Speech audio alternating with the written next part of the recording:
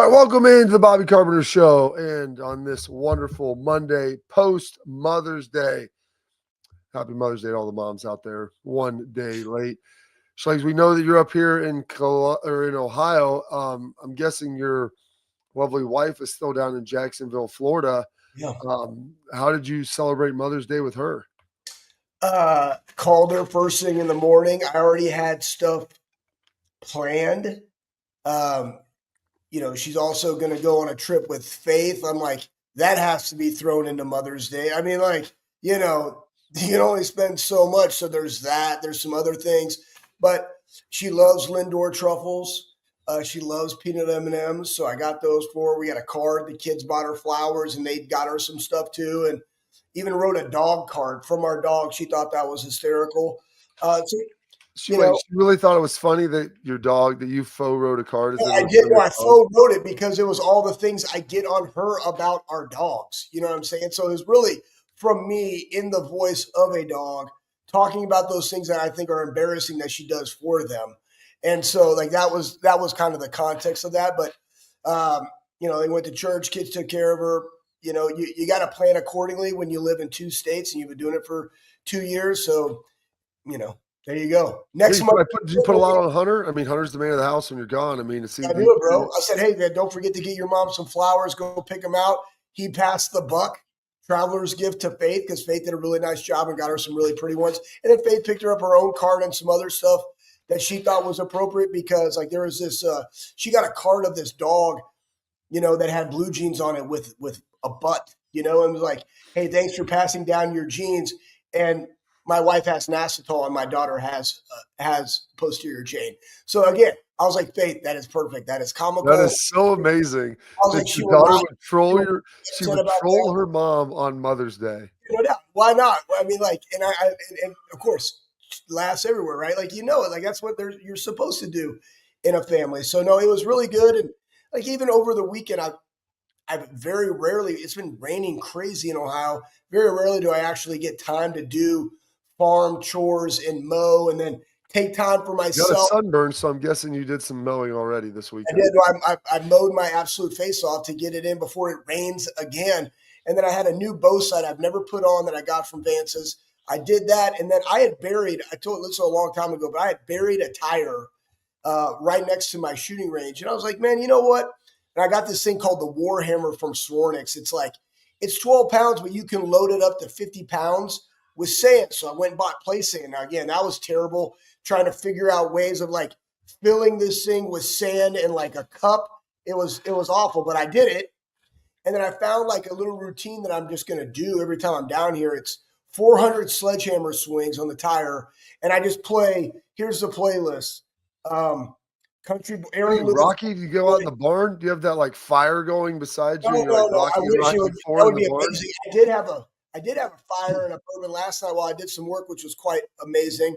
But no, I play Country Boy, Aaron Lewis, followed by God's Country, Blake Shelton, and then Rolex on a Redneck. And I play those three songs together. And in the accumulation of those songs, I did 400 sledgehammer swings. So it was great. 200 right, 200 left. Okay, I was going to ask if you rotate because that's key. You don't want to unbalance and 10 and 10.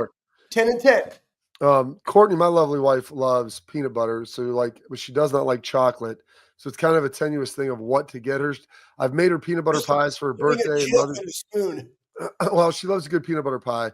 But the thing is, she doesn't really like sweets that much. So she'll eat some of it, and then I usually eat the rest. And so it's really a negative for me. And so she does like Reese's Pieces. So we always get some Reese's Pieces there for her. You go. Perfect. Reese's Pieces. We call them Reese's Pieces. I don't know why. For those. So yeah. So make sure you called your mom and talked to her on Mother's Day. Thanked her for the gift of life. And I even accepted the thank you from Courtney for me allowing her to be a mother.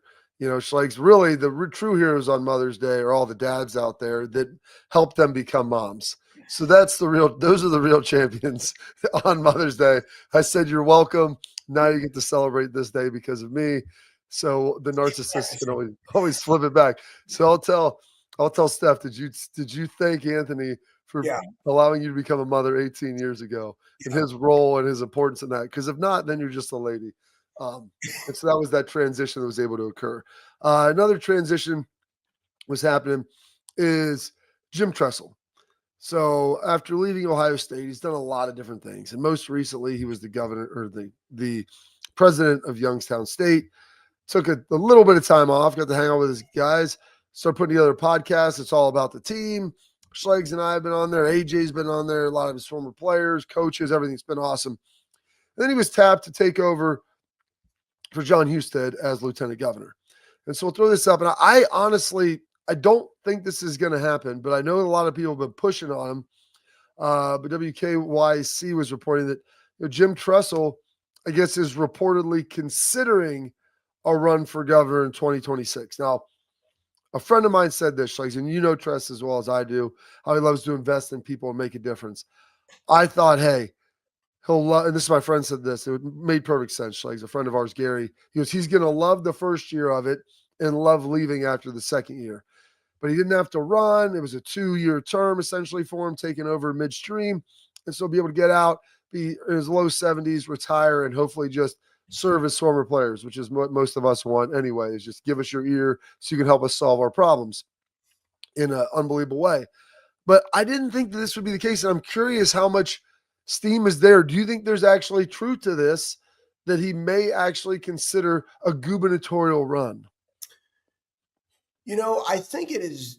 I think it depends on what he feels like he was able to accomplish over the 2 years, and would he have the support to actually serve the people and serve in different ways, and because there's a lot of people that have to do that on both sides of the aisle. Is he somebody that can rally both sides to actually move the needle in the state? I think that will be the biggest one. Obviously, he hasn't had to run, so that would be a thing.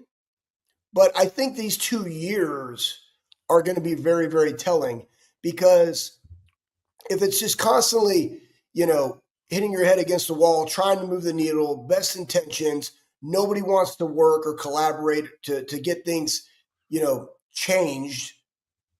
He's like, I don't really want to fight that fight all the time just to be able to hold an office. And this is all going to go back to, how does he feel? Is he able to serve best?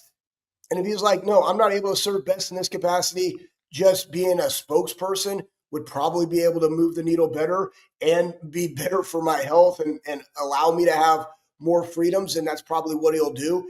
I just think these 2 years will be telling if he is able to accomplish the mission on areas that are of importance to him. And a lot of it will be education, the youth of Ohio. That's just what he cares about, because he knows that in our landscape and jobs, you have to invest in our schools and our kids in Ohio to do that. And if he runs into roadblocks along the way, hurdles that he can't overcome by how good he is, I would say it's probably not. Yeah, it's going to be really interesting because regardless, he could run as whatever. And I don't know if, you're always going to create some enemies. And Tress is such a beloved figure in the state. And he's one of the few people that I think Schlegs could make as much difference as just a general citizen as he could holding a political office, even one as distinguished as the executor of the state being the governor. And so that's why I just look at that. And I think he's going to probably have to weigh is, where can I make the biggest difference? Because honestly, at this point, and I was having this conversation on Saturday with AJ's dad, our guy Pistol, and we were talking about doing this and work and everything. He was back up watching his daughter, AJ's daughter, Lennon, play some lacrosse, and AJ and Laura out there. It was fun hanging out and talking to him. And the question that we had, I started talking to him, is now at this point in his life, your most valuable commodity is time. And so how do you choose to spend those moments? And Tress, in the Winter's Man, we had the poem called The Dash, which is the hyphen between your birth date and your date that you pass away.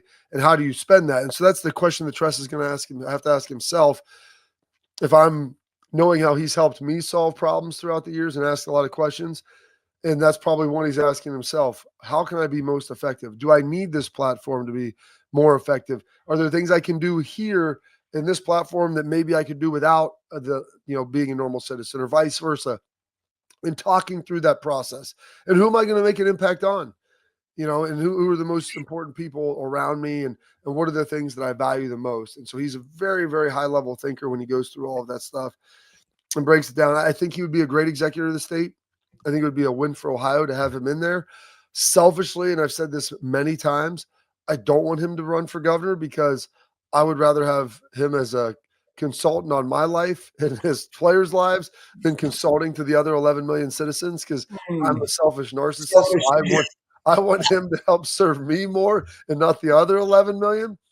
And I say me being me and his other former players and people that are close to him, but he could do a ton of good, I think, as well.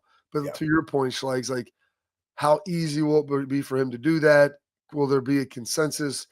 Will he be able to get done what he thinks is best and how to work on that? Because we joked, we called him we always called him the senator, and joked when he was playing because he never answered a question at the mic that he really didn't want to. And now he would ultimately be the governor. And just not that he wouldn't be effective, but is there other ways that he could be effective in serving the country? Well, part of the thing that makes him so good, Bob, is the fact that he continues to ask you the questions to make you compartmentalize and actually articulate what is the best move. And he continues to ask because he himself is processing it, but it's just whittling down to what is the one thing that we have to accomplish. And honestly, another great role would be somebody that's bipartisan that could come in and just ask those questions of who does this serve the best. And again, he's a public figure that does not need to do this. He is somebody that just genuinely cares about serving. And honestly, that's the biggest point that I want to make in this is the problem is you start to get labeled by a party, and I don't care what party you're on, but the fact like Jim Tressel just genuinely wants to serve people. He does. And that's probably the biggest thing that you'll take away from him. And it's not a political affiliation that matters with him. It's how can I best serve the people around me, and how do I enhance the lives of the people of the great state of Ohio, which he is so passionate about. So we'll see this. We'll monitor this as we move along, because I never thought he would do it. And I used to joke with him about it. And his thing was like, Bobby, can I just retire? And now all of a sudden he's the lieutenant governor. And being appointed lieutenant governor is one thing. Running for governor and going through all the campaigning and everything else, it would be a process. It would be exciting, Schlegs. It would give us a lot to do, because I know we'd have to go out there and support our guy as much as we possibly could. Yeah. Because, gosh, he's just such a great guy with everything that he's bringing to the table. Got a big show here today for you. We're going to dive into the playoff expansion, what that looks like. ESPN, Bill Connolly put a great article out about it. We'll talk a lot about that. NCAA maybe changing up some of their sports betting stuff for some of the current college players, how that could impact things. What does that mean? What does that matter? We'll look at that all coming up. But first, before we get to that, parents and athletes, protect what matters most with Export Mouthguard. Trusted by professional athletes, designed by NHL team dentists. Export Mouthguards are scientifically tested to help absorb those high-impact hits, protecting both your teeth and your brain. Export Mouthguards feature 3 layers of advanced protection, including a patented use of carbon fiber. They 3D print that bad boy, customized to your grill for more protection, maximum performance, better comfort, clear communication, so you can focus on your game, not on your gear. Do not take chances with your safety. Go to exportguards.com/Bobby. Then you can save 15% on your order. Export, protect what matters most. We've got some more information. The playoff expansion, Schlegs. What do we like? What do we don't? What should be done moving forward? We got that next on the Bobby Carpenter Show.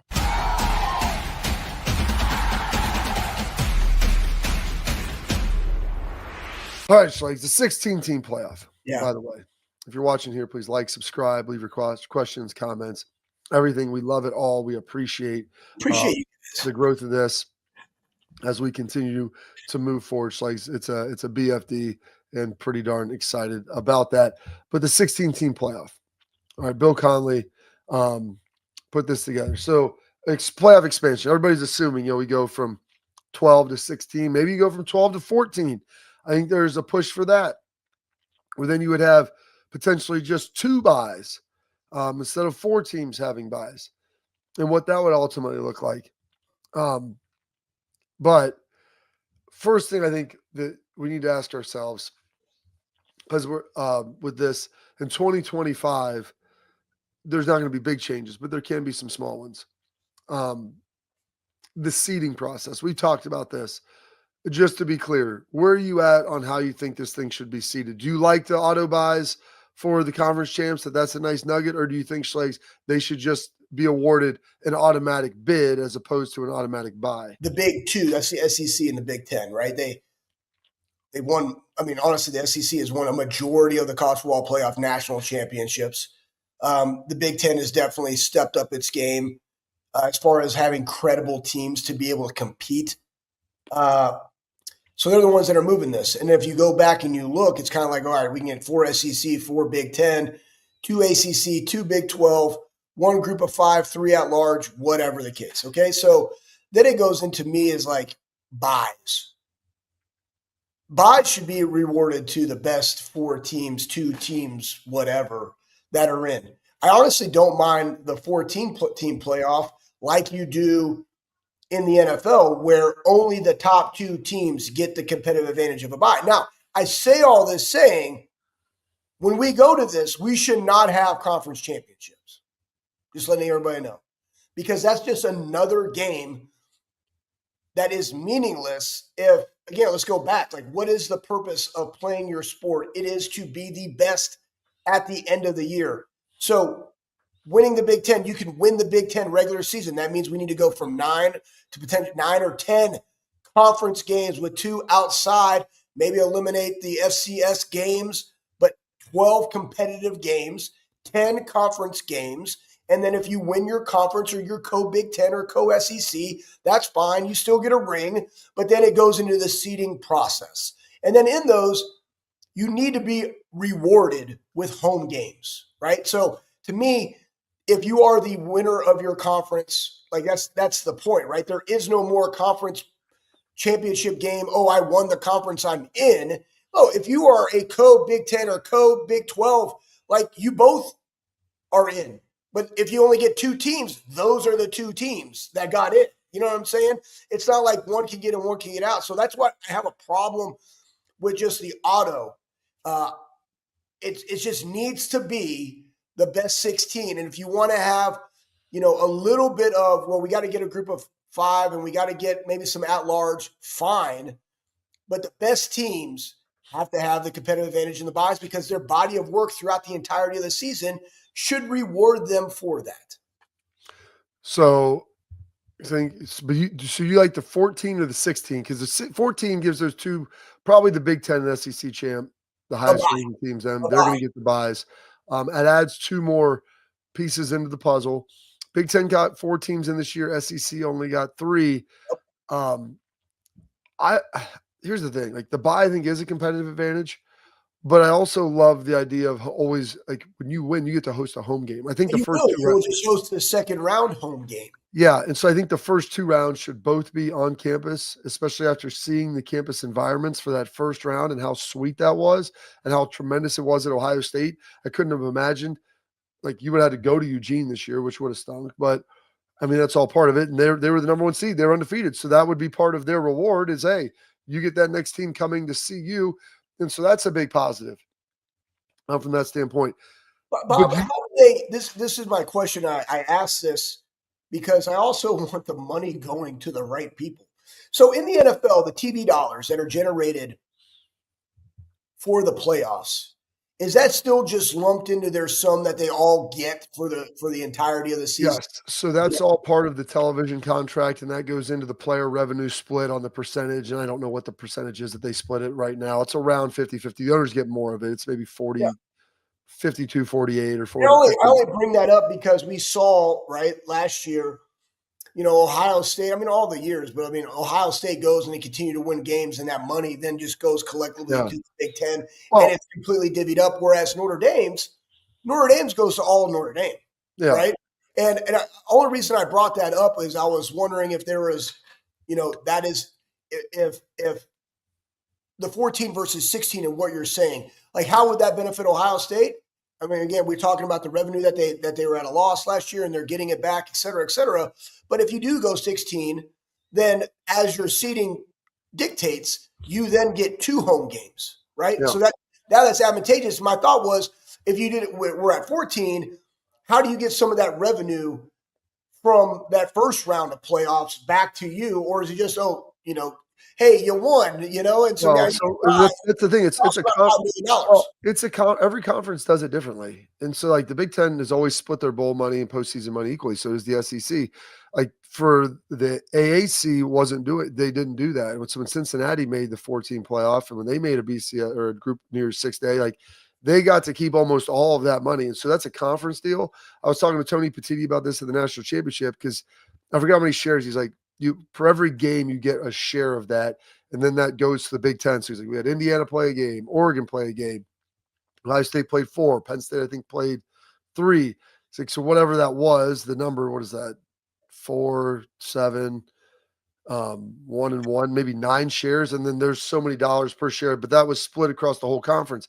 I'm with you though, Schlegs. Like the home game, Ohio State got, obviously, you get some of the ticket revenue, like you get some fees and stuff. You get paid, I think, a flat fee by the committee to hold the game, and then you get concessions and parking and like other things, I think, ancillary around it.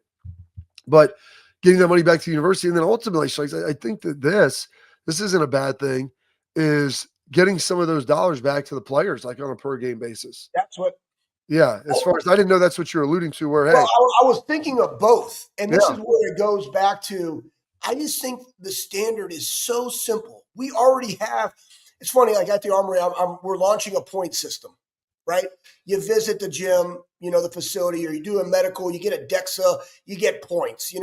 You're consistently in the cold tubs, like you get points. Like you're taking care of your body. I want to reward you. I didn't have to create it. The stuff was already in Wellness Living. We just got to come up with the points and the swag that we want to give away.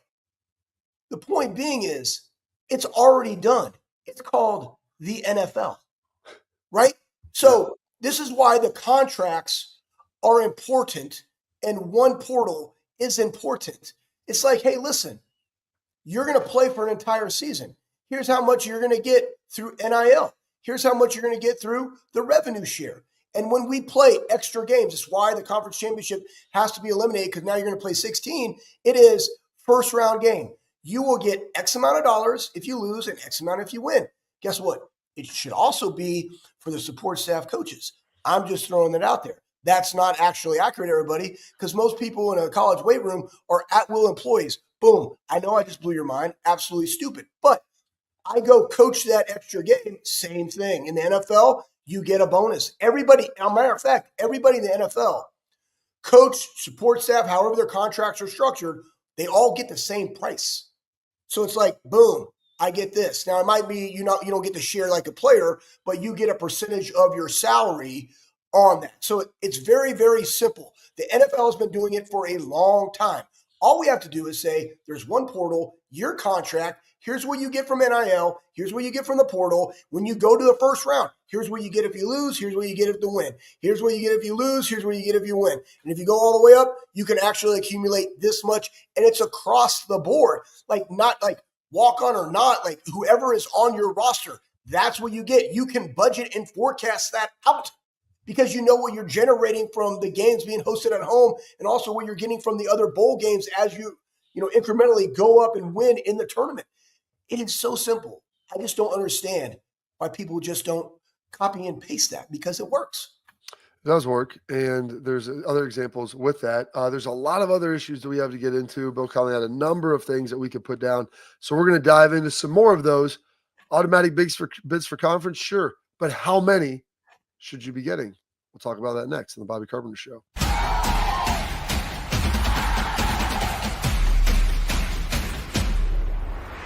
Welcome back into the program. And Schlegs, this is what's interesting, is to continue our conversation about this as we continue to kind of just peel back the layers on this post Mother's Day week. Auto bids, we talked about that. Like the auto bids for every conference, the Power Four, then the largest group of 5, or the highest ranked group of 5. Maybe not the auto buys, but if you go to 16 as opposed to 14, then you got a little more space. Mm-hmm. Well, if the Big Ten and SEC are pushing this, and they're the ones that will change this in 26, so it won't be this year, but next year. The auto bids Like, are you a fan? Do you think conferences should say, hey, the Big Ten, you guys always get 4 or 5, or SEC, you always get 4 or 5, and then outside of that, we don't care because those are the teams that are doing it. And you know what, Schlegs? It's the golden rule right now. Whoever has the gold makes the rules. And so the Yeah. Big Ten, they've got the power. In the SEC, they want to dictate this. I understand why they're doing it. I think in most years, like the Big Ten, SEC had 7 teams in this year. They could have had 8. And the SEC is going to complain. I'm like, they don't have Bama and South Carolina and who else? Ole Miss all have terrible losses at the end of the season. They got them to that third loss. One of those teams wins another game. You're probably getting that other team in there, and then maybe they leave SMU out since they lost to Clemson in their conference championship game. But whatever. But are you a fan of that blocked out auto bid for conferences? Do you think that that's obviously it'd be good for some of the conferences, but do you think that's ultimately good for the game and that's something that people want to watch? Well, the Big Ten, I think, has the largest eyeballs. The SEC second. That's primarily where all the ball happens. Honestly, you're going to have the one-offs. Here's what I'm going to say about that. I think it has to be on merit, but it also is the strength of schedule, and I think that's something that we've kind of negated. But it also goes back to if I go to a 10-game conference schedule and the totality of the Big Ten and the totality of the SEC and the parity that is honestly what are conferences really made of to like show how good you are. It's the middle grouping of that, right? It's the Illinois of the world hanging around, like always constantly competing and winning a bowl game versus the SEC school. Like that matters. And so when you look at the strength of schedules, that has to play a part in the auto bids. I don't like that there's just, hey, well, you're going to get 4. Well, what if it's a bad year? And again, there's becoming parity in college football through the portal. It is happening. It's going to continue to happen more as guys transfer around. So I just think the auto bids is something that I honestly think you could say 3-3-1-1 and then make up the rest with auto. Like not auto, but like regular bids and not even say group of 5, like earn your way. Go completely undefeated. Yeah, granted, that school has 4 losses and you have 0. Okay, guess what? You're in the dance. You're invited to the party. But they just played significantly harder teams week in and week out than you did, and they're number 4 in their conference. They're going. So yeah, you guys are going to play them. So That's how I kind of view it. Only because like we don't know, and I don't like guaranteeing things like that because all I want to see as a fan, I think everybody else out there says this too. I want to see good ball. So one of the things that Bill Connolly kind of proposed is if you got into an auto bid situation, which I don't like, I'm with you, Schlegs. The best teams in some years, the Big Ten may have 3, some years it may have 5. SEC may have 5 just Yeah. bona fide. And that's so the strength of schedule conversation. We'll get to that here in a minute because that is real. Like, who are you playing? And I told someone, like I said, this year, I was like, I thought SMU had a chance of winning the ACC. And it wasn't the fact that I thought they were the best team in the ACC, although I thought they were near it. I looked at their schedule. I'm like, man, if they can, they have like one game. I'm trying to think. Florida State was at home, and that was supposed to be their big game. And Florida State ended up being bad, but they avoided Clemson in the regular season, and they avoided maybe Louisville or someone else. I can't remember off the top of my head. But someone just comes down to who you play. Like Indiana this year, they were able to avoid a lot of the Goliaths in the Big Ten. I think Rutgers had a similar schedule. Then you look at Wisconsin, who had obviously a lot of really talented teams they had to play. And so, bro, and who you schedule in your non-conference as well. But think about this as we get into we'll get to that in a minute. But the auto bid, it's on conference championship weekend. You have 1 versus 2 play, and let's say the Big Ten is guaranteed 4 spots. So your first and second place team are getting in. Well, instead of just having none of the other teams play, what if like you had 3 versus 6 and 4 versus 5 play on that same day for the other 2 spots? No, I heard, I saw that, but is that enticing to you? But here's my diminish the regular season too much. Here's my problem with that. You go from 12 games to a 13th game. Mm-hmm. But what if the other conferences don't do that? What about the group of fives that don't do that?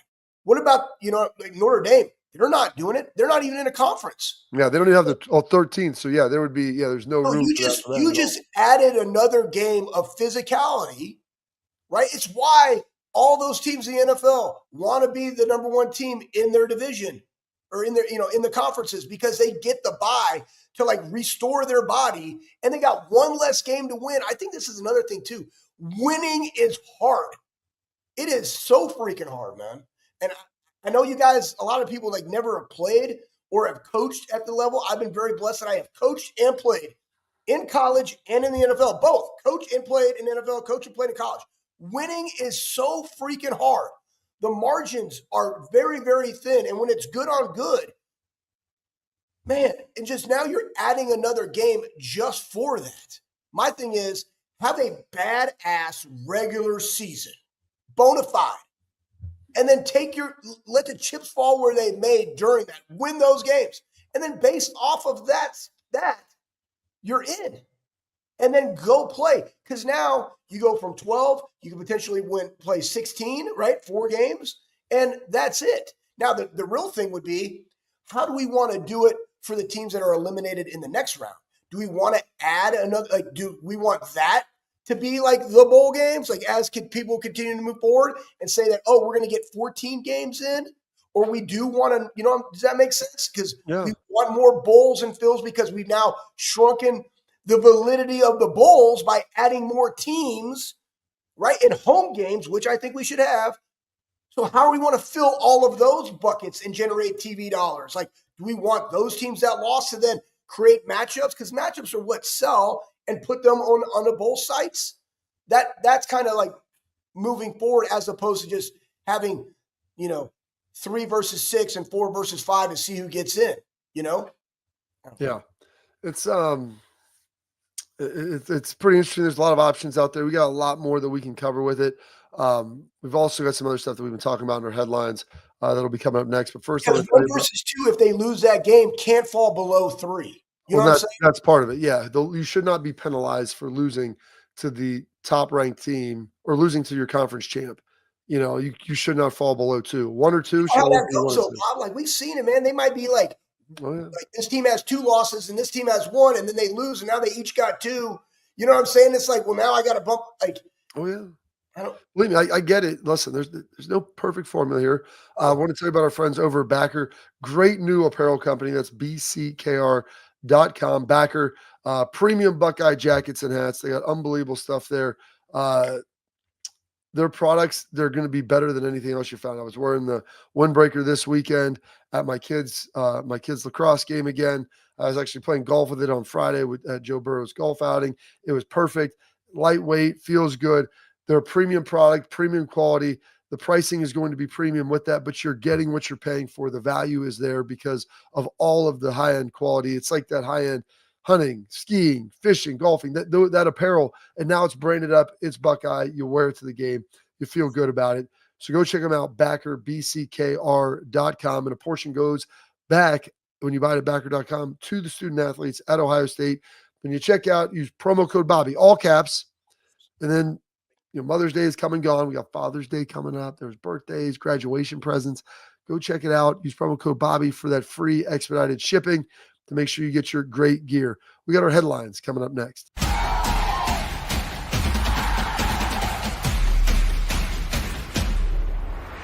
Schleichs. Hey, Bob, I pulled up their schedule. Okay. Who was theirs? SMU's. Okay. So they played in Nevada, August 24th. All right. That was an early 0. And almost lost. Yeah, almost lost to Nevada. Okay. Then they played HCU. I don't even know what the heck, whatever. Then they lost week 3 to BYU. Good on BYU ended up being good, but then they kind of falter at the end. Okay. Yeah. TCU. Okay. Florida State. I'm just listen to these. Florida State was we thought they were burner of names that we got going. They were terrible. They were terrible. Okay. They were. And again, you can't control the scheduling of what teams are year to year. Okay. Louisville. All right. Oh, Louisville was pretty good this year. Big time ball though right now, Bob. Big time ball. Stanford, not so much. The Dukies, 1 by 1. Pittsburgh. Okay. Boston College. Virginia, I'm just talking about blue-blooded, freaking bad to the bone programs here, okay, people? California, nobody goes to those games, all right? And then Clemson. So you had one loss, and it was to the best team on your schedule that you played in BYU. And then you lost to Clemson in the conference championship game. Like, that was the totality of your. Now, if you go in there and you put on here, like, all right, then you beat Illinois, or you beat a Penn State, or you beat, somebody else that's good, right? And you beat a Washington, or you beat a Oregon, or you lose to Oregon by 1, right? Like, those matter. So, but none of that is on there. Like, of the teams they played, I'm looking at this. They played one ranked team all season before they played Clemson. The strength of schedule is critical as they look at that, Schlegs, and try to figure that out. Which is probably why they want the auto bids, because you can't control what other conferences are doing, and they've been gobbling up through alignment, right? No. Yeah, just gobbling them up, right? Big 12, ACC, like Kobayashi. They're squabbling for the scraps from Long Shade's table of the teams the Big Ten didn't want, honestly, because we wanted the better ones. So there you go. And the TV markets, by the way. So the TV markets. I mean, so like that's the TV markets. Should that matter if you want the best games? I mean, but it just so happens that, Oregon's in Eugene, but you get Portland, right? Washington is in Seattle, but they are the better ones, right? So you selectively got the two at the top.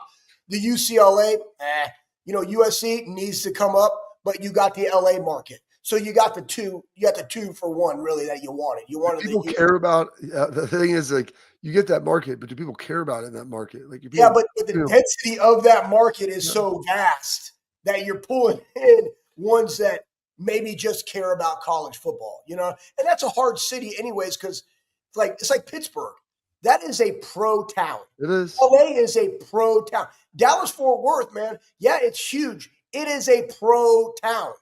Well, I would say this: Midwestern cities are a little bit different. I think you go coastal and they become pro towns. It's exclusively that. But Midwest, like in the South, like right there in that region. But I think like Texas, like Dallas, like people care a lot about their college teams in the state of Texas, like in Houston and in Dallas. But Same why? thing, they went there. Because they went there and they care about college football. So it doesn't matter. They still live in the state. And again, when you look at Austin, it's very similar to Columbus, Ohio. It's the capital, state school. People are there. They go there. They graduate, right? A&M, huge brand in the middle of nowhere off of Highway 6, where they just get you for speeding every single time. I forget what that place was. I got so many tickets from. But people care. They stay in the state. Yeah, they live in big hubs. But like the affinity is because it's so massive. Like they root for those teams.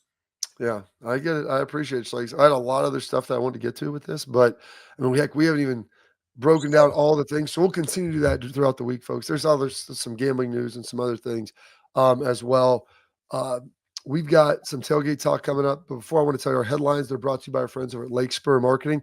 Lake Spur Marketing, Schlegs. They're a full service ad agency built on trust, strategy, and performance. Lake Spur, here's what they're going to do. They're going to shield your team from the outside noise, having the cold calls. They let you do what you do best. Work on your business so that they can grow it while you perfect it. With more than 100 years of marketing experience, Lake Spur eliminates waste and delivers on budget. They're going to get it done for you. Make sure you've got some great programs and campaigns. They don't chase the clicks. They build partnerships. Lake Spur, the proof is in their partners. Got our tailgate talk coming up next.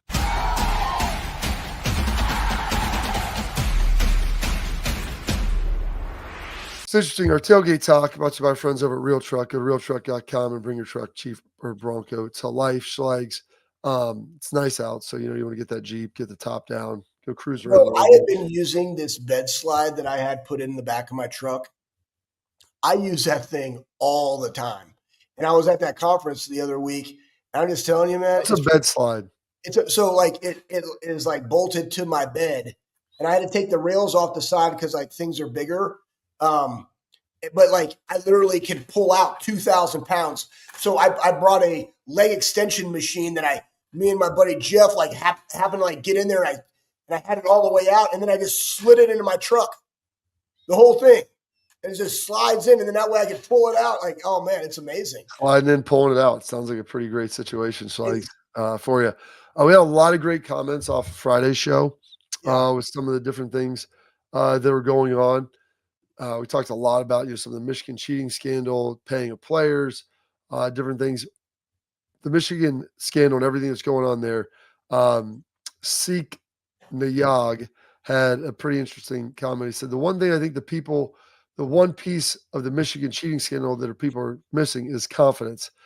They do not cheat in 21 and 22. They likely lose a few more games, but by winning, the team now gains some confidence. Players gain confidence in their play. If they lose a few more games in 21 and 22, I don't think they win that natty in 23.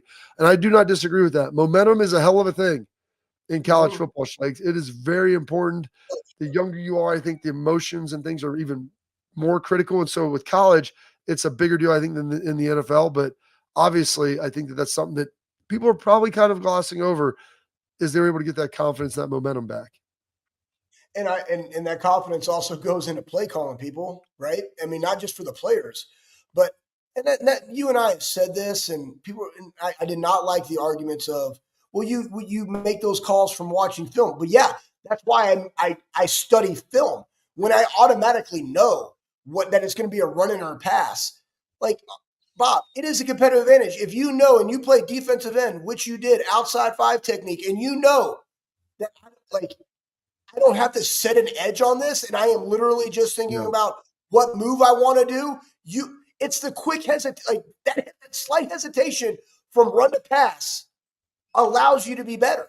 If I know with all of my athletic defects that they are running a seam route with this really fast tight end, and I can make a check to go to something else and reroute them to a high safety and go to 3 because I know that is the combination of what they're trying to do, because we've been playing a lot of Tampa 2, and now they're like, oh, Tampa 2, they're running again. Let's run this guy up the vertical with that slow, 6-foot linebacker with short arms, covering 6'5" guy. So you're going to say that slow white dude. It's okay. That's what I say. Yeah, that guy, right? Like, guys, it is such a competitive advantage. And so that mark, again, that gives confidence for coaches knowing, hey, I'm going to blitz him here because I know we don't have the threat of this. And you should, in that scenario, should have that threat. But yet you're going to call that? It does matter. It impacts, to your point, it impacts the player's confidence. It impacts the coach's confidence because they study this game. This is their profession. They know. And so now you're whittling that. That's why they have sheets, right? And you're going through and it's all in your mind and you're processing. You can whittle that down to like, these are my 2 calls versus that. Boom, go. Yeah. No, it's right. Like it impacts the confidence, the speed at which you play, and all those different things.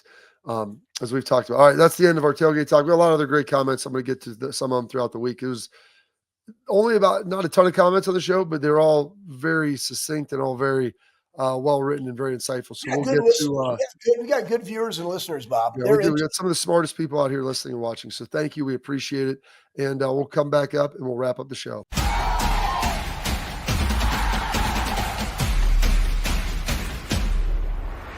Parting thoughts on this post Mother's Day Monday. You know what? If you didn't get a chance to talk to your mom today, thank her for everything she's done for you, and or any mother out there. They do a lot of great stuff and probably don't get the thanks that we have. And at some point, Schlegs, like with you, you don't get a chance to thank your mother anymore. So I guarantee I know that you would you'd like to go back and be able to do that at any point in time. Yeah. Yep. And that's the thing. There's a lot of things that go into mothers and different, other things, right? Like that you have to be cognitive of. But if you got one, make sure you go and say thank you for all that you do. I know in our household, like I told our children, I was like, listen, man, your mom is the glue that holds this all together, because dad has put us in the most chaotic positions of all time. But she is a godly woman, and she knows that I'm convicted. She supports me through all of it. And I just truly appreciate her. So absolutely. Well, that's it for today's show. We got a lot of other big stuff that we can get going here next week or throughout the rest of this week. So stay locked in here on the Bobby Carpenter Show.